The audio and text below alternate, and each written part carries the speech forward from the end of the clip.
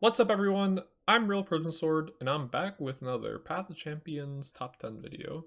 For the month of December, I was the 6th fastest person to get a perfect 70 out of 70 clears, so I want to impart the knowledge that I used to get there so you can get your 70 clears for those juicy Aurelian Soul fragments. If you like what you see, please consider liking, commenting, sharing, subscribing, all the good YouTube stuff. Uh, Doing the entire run and then compiling all the footage and getting the script together and editing everything into a mumbo jumbo took a lot of effort. So whatever love you can give back would mean a lot to me. One last thing before I start the video. Assuming I get all this done before the expansion drops, I'm going to be streaming the expansion on my Twitch, and the description is going to be down below. So if you want to see some good PvP, good Path of Champions, consider tuning in. With all that out of the way, see you for the next video, and I hope you enjoy. At number 10, I have Nautilus 57. While I was able to relatively breeze through this encounter thanks to being able to cook an effective counter in the form of Evelyn, Nautilus 57 can be very daunting if your deck isn't fast enough. This is because he gets extra assistance in stalling thanks to his free Rockfall path and the 3/3 tentacles he gets every single time he attacks. As already mentioned, I used Evelyn thanks to her ability to go wide, and she has the ability to spawn fodder in the form of husks to eat the Rockfall path. She's also fairly strong since she can get pretty tall too if she's not pressured enough early on, and Nautilus can be pretty slow. If you don't have Evelyn, Kindred can also be an effective counter to use as well since she has a free prey to summon which can be the target of the Rockfall path. At number 9, I have Draven 59. While this encounter isn't as flashy as the other ones on the list, the extra mana gem that Draven gets could be a very solid threat. As you can see in this footage, the Draven was close to killing me yet again, but thankfully I was able to leverage my life total as a resource to claim victory. I personally use Nidalee because she's an incredibly strong and top tier character that can usually make threatening offensive boards and make strong defensive boards in quick scenarios. I also thought she could use the Evolve Mutator fairly well too. Don't be afraid to use one of your higher tier characters for this fight, as a high star Draven can be very bursty given certain scenarios. If you have a sufficiently leveled and starred up Poro King, he's not a bad idea to bring either, since he can also get fairly wide fairly quickly, and can also proc the free evolve keyword fairly efficiently. At number 8, I put in Lee Sin 62. This encounter finds its way on the list not so much for its difficulty, but the fact that it was one of 3 challenges this month that managed to land a kill on me, and any encounter that achieves that accomplishment is worth a mention. While I had a strong plan going into it by going infinite with Master Yi and winning on turn 1, I managed to lose to Ezreal because I just did not draw Master Yi within the first few turns, which gave Ezreal enough time to stall and burn me out. One major thing to note with the Ezreal mid boss is that the moment he plays a level 2 champion from Howling Abyss, they will start generating a 1 mana True Shot Barrage every single turn instead of a 1 mana Static Shock. As I previously mentioned, I used Master Yi since he can easily infinite the opponent as soon as round 1 and win on the first turn if the conditions are right. Aside from Master Yi, you can try and use other characters that can set up a first or 1 turn kill like Nami or Varus, thanks to the natural magic mutator which makes everything cost 2 less.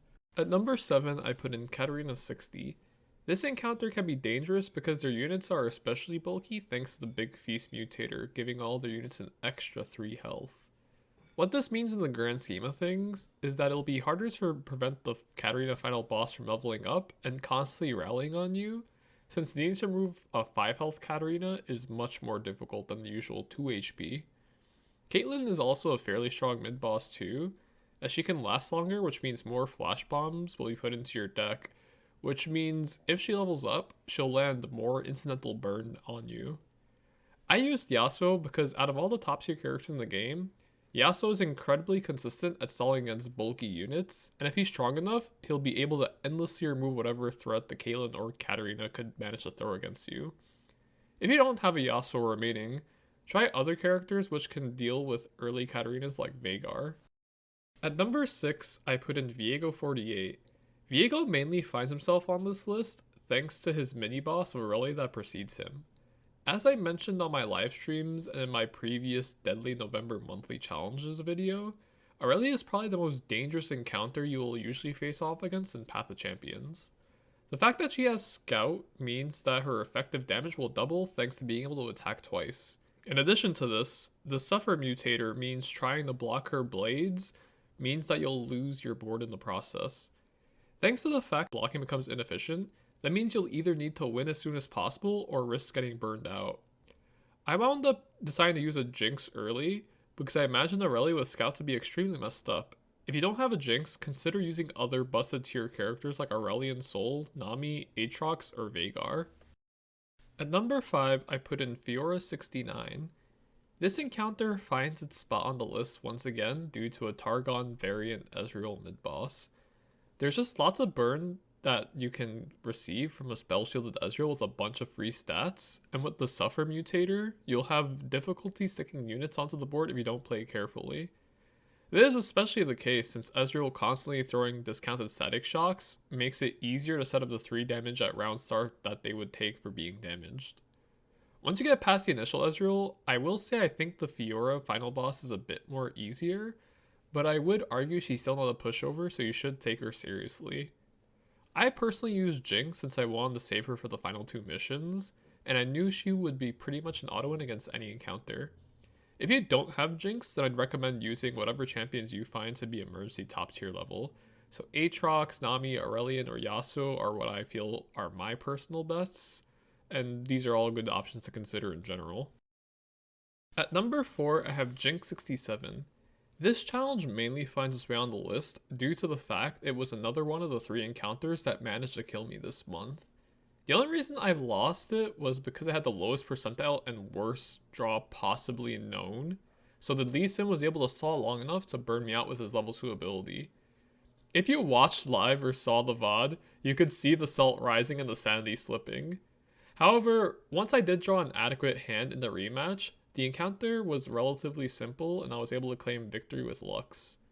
The only consideration you have to consider when dealing with Jinx 67 is noting that all units are given the formidable keyword, so you need to take a good look at your deck to make sure you're not picking a high power and low health top tier character like LeBlanc. I personally used Lux because I knew she could establish some pretty strong boards if you manage to draw her and your expensive spells, and a lot of her deck has a lot of high health. If you don't have Lux, feel free to consider using other strong characters like Veigar. At number 3, I have Victor 42. As the only small stuff that appeared this month, I felt it warranted an inclusion on this list since it's probably one of the most important mutators players need to be mindful of when tackling monthly challenges. Turning all of your units into 1/1s after getting summoned means you'll either need a strong strategy outside of winning through combat, or an ability to scale your tiny units into sizable threats. The most important aspect to consider when tackling the final boss is that thanks to the Savage Mysticism mutator, the Victor is actually able to play himself on turn 1 thanks to the extra mana he is given. So if you don't have a plan to either be able to remove or outscale a turn 1 Victor, you'll have a ton of trouble claiming victory. I personally used Nami because I knew if I could get her out on turn 1 thanks to the Savage Mysticism, that I'd be able to effectively negate any damage that the opponent would do to me with the endless healing and removal that Nami can provide. I also knew that she would be able to turn whatever 1/1 units I summoned into daunting threats, as well if given enough time to cast a bunch of spells. At number 2, I put in the Zir 43. This is another one of the few encounters that actually managed to kill me, but unlike the others on the list that beat me thanks to my draws being particularly bad, this is one that just straight up got me thanks to the sheer amount of stats I could put out, all being backed by overwhelm damage. And they beat one of my best champions I consider to be very strong, and even emergency glass top tier in the form of Aatrox. Granted, they did get lucky with finding an early quick attack keyword RNG roll on Victor, and I didn't land important discounts with Aatrox's power, but despite these few unlucky instances all happening at the same time, it's still an impressive feat from a challenge to land a kill on me. I picked Aatrox because I thought there was a slight chance he could benefit from the evolved keyword mutator, and I thought Azir would be the more deadlier fight between the two, and Aatrox is particularly strong against that fight. But Victor definitely turned out to be the more dangerous of the two. Despite this, I don't think Azir is too much of a pushover either in the right circumstances, and I think if you lack a consistent game plan to be able to deal with Victor or Azir, then this encounter could be a difficult one to overcome. And last but not least at number 1, we have the last challenge of the month, Caitlyn 70. The final encounter you can face off against in monthly challenges for December has a very dastardly combo with Mercy Killings, the Let's Rock Mutator, and the Flash Bombs that Caitlyn shuffles in every single round. This challenge also has the Big Feast Mutator, meaning you'll have to be very deliberate with how you use damage-based removal, since all of your units will have an extra 3 health that you need to burn through to destroy them. While this encounter didn't manage to land a kill on me, she was one of the few times ever in my years of playing Path of Champions where I felt a bit nervous playing Jinx, and if I wasn't careful, there was a slight chance that she may have been able to force a deck out against me, and I would need an extra attempt to adapt all the mutators properly to win a second time.